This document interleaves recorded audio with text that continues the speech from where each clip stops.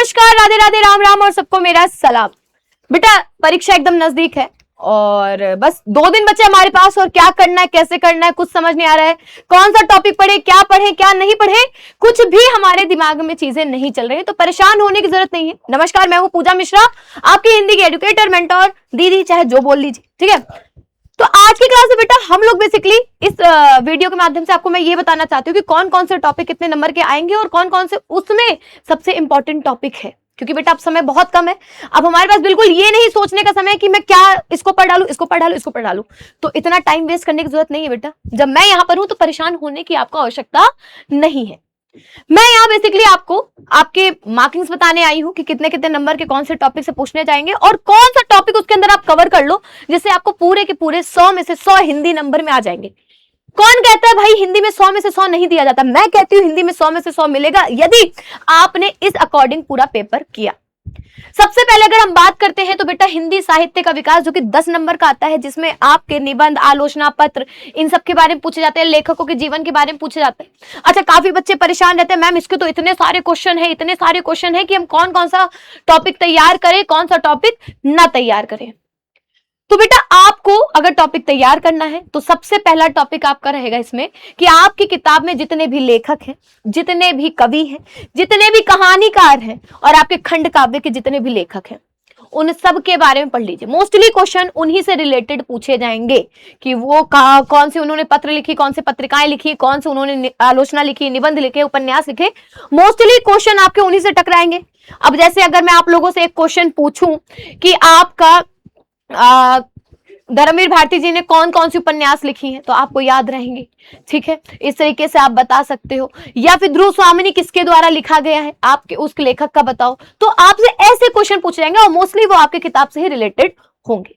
दो आपका बेटा आने वाला है 10 नंबर का। दूसरे पर हम आते हैं गद्य प्लस पद्य। आपकी किताब में 6 गद्य के पाठ हैं और 7 कविताएं। इन गद्य और पद्य के जितने भी आपके ये 13 चैप्टर हैं, इनमें से ही प्रश्न आता है पठित गद्य और पठित काव्य से प्रश्न करना। बहुत टफ नहीं रहता है, बस आपको व्याख्या वाले में थोड़ी सी जो दिक्कत होती है वो मैंने इतनी क्लासेस ले ली हैं कि आपको समझ और नहीं समझ में आ रहा तो परेशान होने की जरूरत नहीं है। आज से बेटा, आज शाम से ही आपकी तैयारी शुरू हो रही है। शाम को 6 बजे मैं आऊंगी आपकी क्लास लेकर और कल सुबह 6 बजे से आपकी क्लासेस लाइव हो जाएंगी। हिंदी की सारे टॉपिक क्लियर हो जाएंगे, फिर चाहे वो गद्य का हो, चाहे पद्य का हो, चाहे संस्कृत हो, चाहे साहित्य हो, चाहे जिसका भी टॉपिक हो, हम वो सब पढ़ाने वाले। हिंदी साहित्य का विकास जो है वो भी क्लियर हो जाएगा, परेशान नहीं होना है।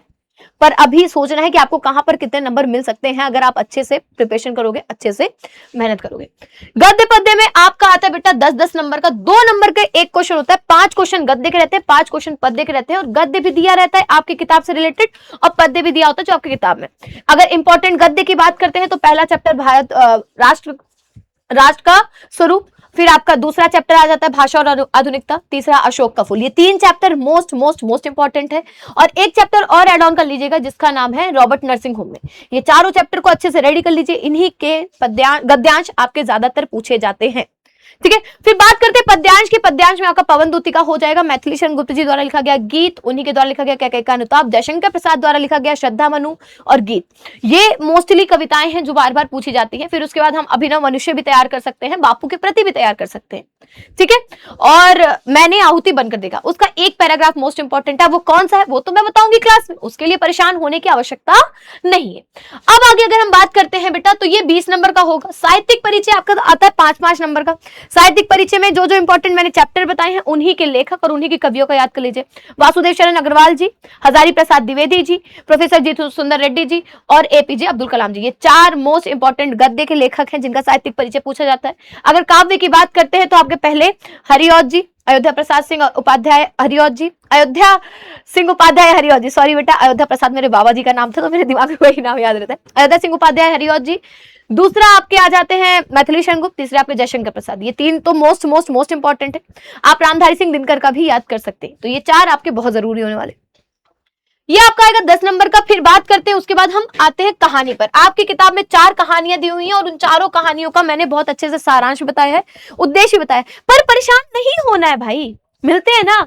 उनका सारांश उद्देश्य भी हम लेकर आएंगे, उनको भी एकदम रटा देंगे। और मुझे पता है कि आज की इस वीडियो के कमेंट के नीचे आप सब बच्चे कमेंट करके मुझे ये बताओगे कि मैम अभी तक आपने जितना पढ़ा है उससे ही हमारी हिंदी पूरी तैयार हो गई है, और अगर थोड़ा बहुत बचा है तो अभी ये प्रिपरेशन होगी। लेकिन ये जो 2-3 दिन की प्रिपरेशन है बेटा, धर्राटे काटेंगे, मतलब ये 3 दिन की प्रिपरेशन आपको बहुत अच्छे से अच्छे नंबर दिला देंगे। कहानी आता है आपका 5 मार्क्स का, एक आता है खंड काव्य जो आपके जिला के अंतर्गत आते हैं, वो आपके 5 नंबर का आते हैं। और इस तरीके से खंड का में आप पूरे 50 नंबर पा सकते हो, कोई नंबर कटने वाला नहीं। बात करते हैं खंड खा की। खंड खा आपका दूसरा पार्ट है जिसमें आपका अनिवार्य संस्कृत है जो कि 14 नंबर का आता है। 14 नंबर में आपके गद्य और पद्य, संस्कृत में भोजस्यलार्यम हो गया आपका, है ना, आत्मज्ञ एवं सर्वज्ञ हो गया, महामना मालवीय हो गया, भाषा संस्कृत भाषा महत्वम हो गया। ये 4 चैप्टर मोस्ट इंपॉर्टेंट है। इनके गद्य का संदर्भ लिखने के लिए आता है। अब संस्कृत का संदर्भ कैसे लिखेंगे बताऊंगी, कहा ना क्लास में बताऊंगी। अनुवाद भी आता है, अनुवाद आप आराम से कर लेंगे, जितना इंपॉर्टेंट है वो सब मैं आपको बता दूंगी। फिर उसी तरह पद्य की बात करें तो सुभाषित रत्नानी नाम का जो आपका चैप्टर है कवि अनिवार्य संस्कृत में, वो सबसे ज्यादा जरूरी होने वाला है। क्यों? क्योंकि उससे ही मोस्टली पद्य के क्वेश्चन पूछे जाते हैं।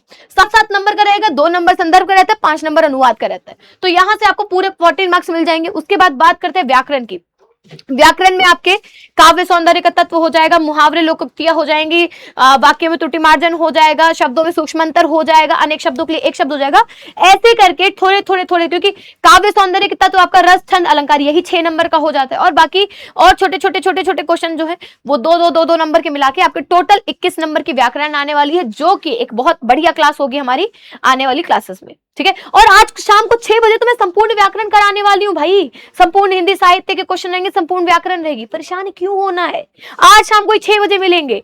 फिर उसके बाद हम बात करते हैं पत्र की। बेटा पत्र लेखन आपका 6 नंबर का आता है, और मैंने ये भी बताया कौन कौन से पत्र इंपॉर्टेंट है। आवेदन पत्र, आपका शिकायत पत्र, आपका ऋण हेतु पत्र, और लास्ट आपका अनौपचारिक पत्र जो इस साल एड ऑन कर लिया गया और शायद इस बार पूछा भी जा सकता है। निबंध भी मैंने आपको मोस्ट इंपॉर्टेंट बताए हैं कौन कौन से करने। बाकी हमारी जो क्लास आने वाली है उसमें तो मैं बहुत अच्छे से एक्सप्लेन करने वाली हूँ, बहुत अच्छे से क्लियर करने वाली हूँ।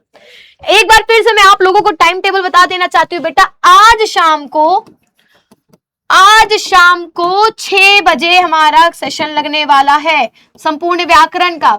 उसके बाद कल सुबह मतलब आपका 16 तारीख, कल सुबह मतलब आपका 16 फरवरी सुबह 6 बजे हम मिलेंगे बेटा आपसे एक बहुत ही खतरनाक, एक बहुत ही बेहतरीन सेशन के साथ, जिसमें आपके सारे डाउट क्लियर होने वाले हैं। फिर आपको दोपहर में 1 बजे मिलूंगी, फिर शाम को मैं आपको मिलने वाली हूं 6 बजे। इसी तरह सेम एज इट इज आपका 17 तारीख को होने वाला है, सेम सुबह 17 तारीख को। बेटा जहां तक है जो सुबह की क्लासेस है वो मोस्ट इंपॉर्टेंट है, तो मैं कोशिश में ये हूं कि आप लोग ज्यादातर सुबह की क्लासेस ज्वाइन करें। और इस बार का जो टारगेट मैंने सोचा है शायद आप लोग की वजह से पूरा भी हो जाए। ठीक है, 18 तारीख तक ऐसी ही धाकड़ क्लास आने वाली है बेटा, 16, 17, 18 की सुबह 6 बजे और शाम को 6 बजे। और बीच में 18 को तो दोपहर में तो होगी नहीं, उस वक्त आप एग्जाम देने होगे। 16 और 17 की दोपहर 1 बजे की क्लास आप लोगों के लिए बहुत बेनिफिट होने वाली है। तो इस बार पेपर का करेंगे खलास और लाएंगे आपको टॉपर बनाकर। जब एग्जाम देके निकलोगे ना हिंदी का, तो ऐसी बड़ी वाली स्माइल चेहरे पे होगी और कहोगे मैडम जी फाड़ के आए हैं पेपर, अब कोई कुछ नहीं बोल सकता। और बेटा जितनी क्लासेस मैं लाने वाली हूँ आपकी जो आज शाम की 6 बजे की है, फिर उसके बाद जो कल से आपकी सुबह की होगी, दोपहर की होगी, शाम की होगी, फिर अगले दिन सुबह दोपहर शाम, और फिर अगले दिन की सुबह 18 तारीख की जो सुबह की क्लास है वो तो मैंने तुम लोगों के ऊपर छोड़ दिया। जितने बजे बोलोगे उतने बजे मैं क्लास लेने के लिए रेडी हूं, पर तुम तैयार रहना बैठ के कॉपी पेन लेकर, है ना बेटा। अगर उसमें से पेपर नहीं छपा, इन क्लासेस से पेपर नहीं छपा, तो देख लेना पूजा मिश्रा फिर मेरा नाम नहीं।